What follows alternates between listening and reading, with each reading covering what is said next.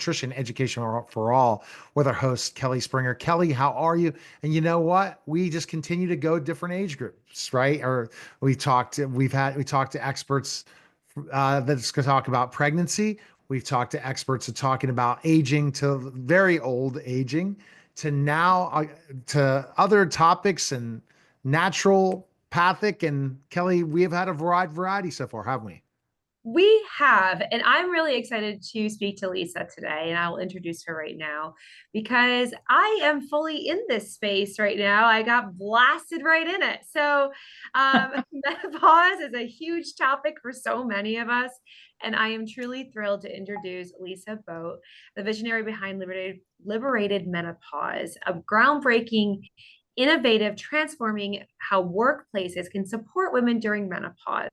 Her expertise empowers organizations to retain top talent, boost morale, and create menopause friendly policies that make a real impact. Please join me in welcoming Lisa Boate, a true leader in workplace transformation. So, welcome, Lisa. Oh, well, thanks for having me. And welcome to Perimenopause. Congratulations. Thanks. It's so hot. It is. Welcome to your perpetual hot girl summer. I live I live in Canada and it's winter. And so I'm like, hot flashes, bring it on. It feels like summer. So I know menopause and perimenopause often gets painted with a really negative brush. And I don't want to gloss over the things that are hard. Those things are real and they are hard. And it also is a really liberating time. And it can be a really beautiful time for transition in our lives. So I mean it when I say like congratulations and welcome because it it is a really beautiful, interesting, challenging time. Mhm. I agree with you. I fully Yeah. agree. So I am excited to hear how you are pushing to work sites. What are you doing there and the impact that it's having? Yeah, thank you. So before I started this adventure, I was an educator for 20 years. So that is the space where I have been really doing a lot of work is with other educators. And also it's a demographic that needs that kind of support. The majority of people who are in caregiving professions in general, nursing, teaching, it is women and many, a huge part of their population is women at our age, especially when we start really looking at the range that perimenopause encompasses. So it can start in our late 30s, and can last up to is a huge part of a woman's life. And when you have that part of your workforce that is being impacted and hasn't been supported ever, really, for this transition that's happening, we're seeing educators, nurses walk out the door. And so for organizations to retain people who are incredibly valuable, right? Women at this stage have hold incredible institutional knowledge for the places that they work. Their skill level has been honed over decades. The professional learning that they have done over the years makes them really, really valuable. So I work with supporting organizations through professional learning. So I always start with sessions that just go into what is menopause, what is perimenopause, and I have an online course also that talks about the top 5 symptoms of menopause, perimenopause, and how they can potentially impact in the workplace. So I always start with those professional learning sessions, and it is so rewarding because I see the light start coming back on in women's eyes who were terrified that they were having the early stages of dementia, that they had no idea why their energy was so low and didn't think that they'd be able to continue to get to work every day. So it's really meaningful in that capacity and in knowing that you can give someone strategies to improve their quality of life so that they know it's not just like often when women go to their healthcare practitioner, it's like, well, it's the stage of life you're at now. It's just how it is. And that's not the right answer. There's so much we can do to improve our quality of life. So professional learning starts around that. And then I'm also working with organizations to develop policy, because having these conversations is not easy. Not every woman has all the knowledge that they need around what perimenopause, menopause is. And it's not easy often to go to the leadership of our organizations to say, so I'm experiencing perimenopause. This is how it's showing up in my work, and I feel really unsupported. So policy is key, so that perimenopause brain fog just happening in live time right now. so that those policies are already in place, so that people know what the recourse is, so that they don't feel like they're having to blaze this trail all on their own. What does that policy look like? Like if you're, I want to dive into that. Yeah. So it's a spectrum, and it depends on what the capacity of the organization is. So it's everything from as simple as one, having ice packs available for people in freezers, because an ice pack on the back of the neck in the midst of a hot flush it's heaven. It's one of the best ways to sort of get control of that in the moment. Having a quiet place for people to have a change of clothes, so that if that has happened and suddenly you're completely soaked, there's a spot where you can go. You've got privacy to get yourself back together so that you can go back out into the workplace. So those are really simple things that can be implemented right away. Then there's flexible work hours, right? Being able to work from home, all the way up to and including menopause leave. So we provide, in Canada anyway, we have a year's worth of maternity leave. And our bodies are going through just as significant a shift, just for all the opposite reasons.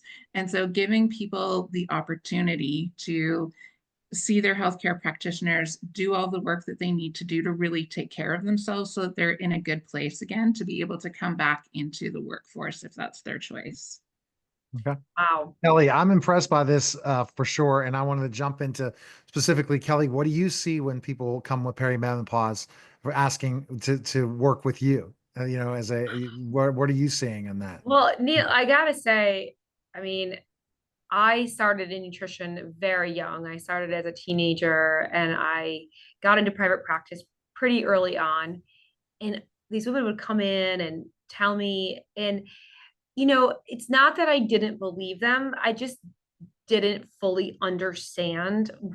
Obviously, like you don't know until you know situation, but actually experiencing what I have experienced is like, I think I took one for the team so that I can truly educate and teach others. But honestly, Neil, like it is more than you understand. So I was sitting recently at a CEO meeting, like everyone's there, they're all top level CEOs. And I'm looking around at the females in the room, and we're all in the menopausal range, right?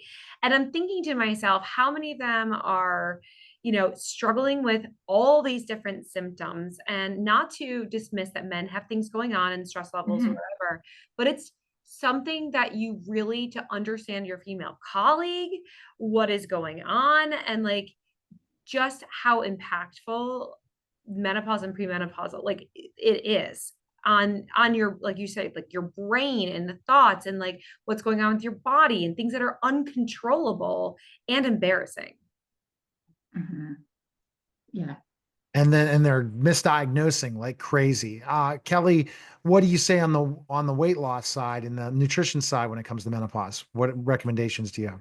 Well, again, just going through it and understanding like my body changed overnight. And Lisa, I'm sure that you've seen this. My husband's psyched. I mean, my chest size went up two sizes. I'm like, did you rub a genie lamp?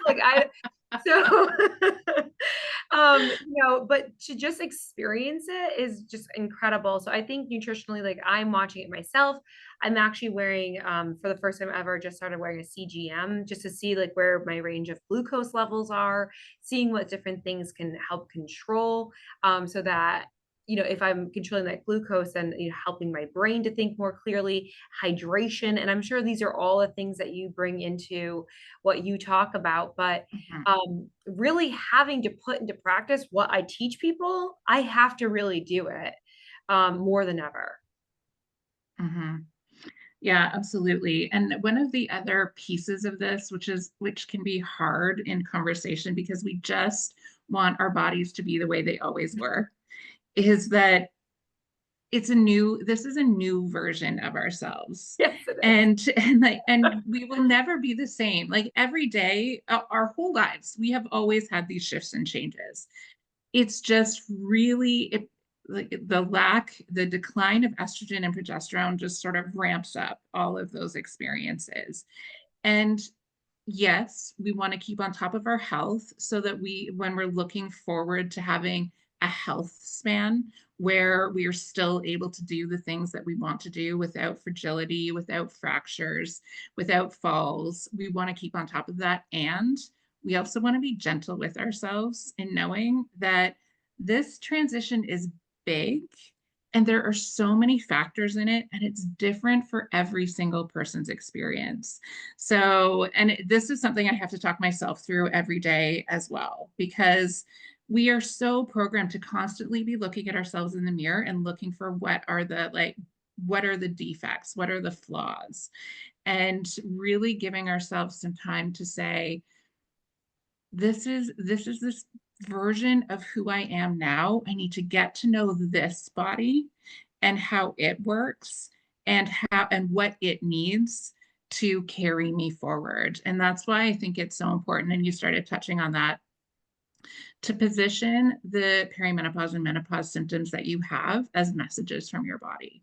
Mhm. Because when we listen to them, it's our body telling us where we need to focus and what it is that we need to keep our health at the level that we want it to be at. And I think right before we started recording, you were talking about that this year has been a lot. And I think that that's something else to discuss because we are female and we are sending our kids to college and we are taking care of parents and we are doing that on top of it all. And a lot does fall on the female. And I was thinking that too as I was in that meeting of how many people are getting a text message saying, Mom, I need whatever, or, so, and it's again, not to Neil, like, I love that you're on here with us. It's not in any way to discredit the male, but it's so much still does fall on us and going through this period and still having to deal with everything else. You don't have a Mhm. woman on your side, you're not going to be successful in life. And that's the bottom line. And you need to have a team. And you also have to understand the multiple areas and changes and what you go through and how people are treating women when they react a certain way. And it's just life. It's what it is. Now, Lisa, I was finding out Kelly's figuring this out. What would you say, nutrition wise, to kind of put this whole nutrition health standpoint for like the way I should exercise, eating at that age point, especially perimenopause? Mhm. It's always it's a double-edged sword, this conversation, right? Because when people say, how do I feel better, my response is always, well, there's five pillars, right? So it's nutrition, it's movement, it's stress management, it's sleep, and then the fifth pillar is pharmacological, if that's the route that you decide to go down, right? Hormone menopause therapy.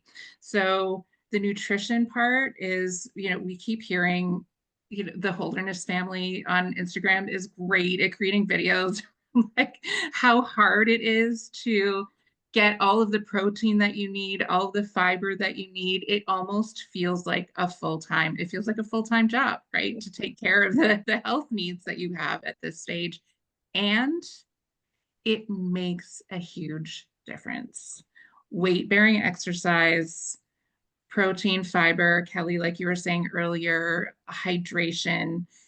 And part of the way I try to frame that with clients also is, this is your opportunity to start giving back to yourself. You have poured yourself into everyone around you for decades. And I know that this feels like it's a job. And if you can shift your mindset to, this is me taking care of myself now, so that I can still be here to interact with my kids the way I want to be strong and in good health for my grandchildren, if that's what's in the future, or just even for your own self, right? We also always frame things as like, do well for yourself so you can do well for others. Yes, kind and generous, and we also deserve to feel good and healthy and strong all the way through our lives, because we are. Full stop. So it really is taking that time to start building those habits. And that's why having this conversation early with women who are in their 20s and 30s, so that they know what's happening. The earlier you can start building these healthy routines, the easier it is to maintain them through the transition. And I have to say, I mean, with all the talks that we have at our nutrition conferences and things like that, these menopausal talks are standing room only. I mean, everyone, and we're in the health field and we are dying for the knowledge. Like everyone's like, what is it? And I think there's so much more, but I think it's the compassion. Like the lady that was on the stage, it was great because she said, again, like I had weight gain, and she's, I'm just saying I had weight gain because it was strange. And it's okay to say it's strange, like, because it is. And when you never gain weight your whole life, and then you wake up one morning and your body changed, that's strange. Yes. It's okay. But I think, again, talking about it, that this is, this is okay, you know. Yeah. Yeah, absolutely. And taking it as that message from your body, like, hey, Mhm. things are changing on our internal landscape. This is one way that we are letting you know. But absolutely, I think sometimes, especially when you're in the menopause space, it feels like that's all everybody is talking about. But the minute you step outside, you realize that there's still so much need for the Mhm. development of knowledge. And I feel like it is the work of women of our generation, right? Every generation of women there's been something that has been advocated for. And I feel like for us, this is our thing. This is where we are really going to make a difference for ourselves and for the women who are coming behind us. And I had the opportunity to be at a conference with Dr. Mary Claire Haver in October, and listening to these brilliant women who are leading the way in making sure that we get the healthcare. And I also think it's important to talk about, yes, the healthcare, but the holistic aspect of it as well. Like the health component is one, but like you said earlier, it is also our life context and circumstances that are changing so significantly. And so we can't ignore that. We have to talk about all of it together. Mhm. Mhm. And I think it's funny it seems like we're probably similar age, and someone asked it, they're like, oh, your daughter's a senior, and they're like, are you so sad? I'm like, no.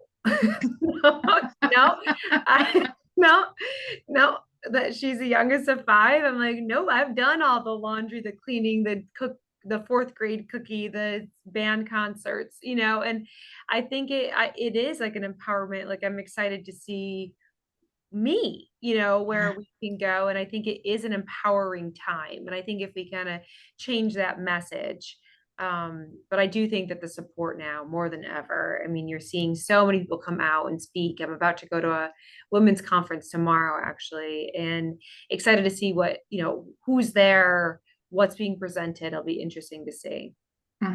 Yeah, that's really exciting. It is, like we said at the beginning, it is a challenging time, but it also is really exciting. And the changes and the evolution that's happening right now it's pretty incredible to watch happen.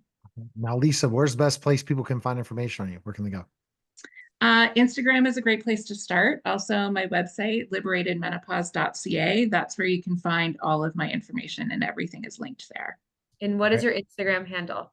Oh, at Lboate, Lboate. All right. Fantastic. All right. And Kelly, best place for you. Yeah, so go to kellychoice.org, and also Instagram is kellychoice_nutrition. And thank you, Lisa. I look forward to working with you more in the future. Yeah, thanks for having me today. I love this conversation. All right. That was a special simulcast, Neil Haley Show and nutrition education for all, guys. Take care.